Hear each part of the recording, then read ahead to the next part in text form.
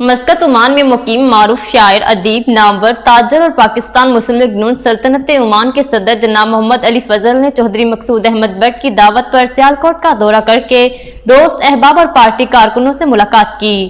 مزید احوال جانتے ہیں ہمارے نمائندے کی اس رپورٹ میں۔ چودھری مقصود احمد بٹ کی رہائش گاہ پر محمد علی فضل کا شاندار استقبال اور ظہرانے کا خصوصی اہتمام کیا، جس میں چودھری ارمغان سبحانی MNA اور مسلم لیگ نون کے رہنماؤں نے بھرپور شرکت کی۔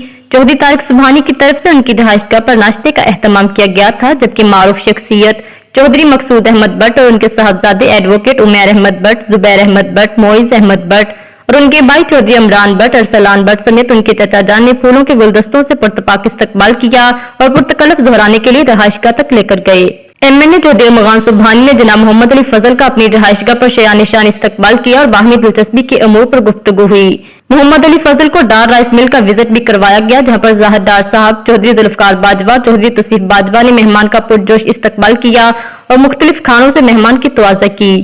ان کے ساتھ چودھری مقصود احمد بٹ اور معز احمد بٹ بھی موجود تھے۔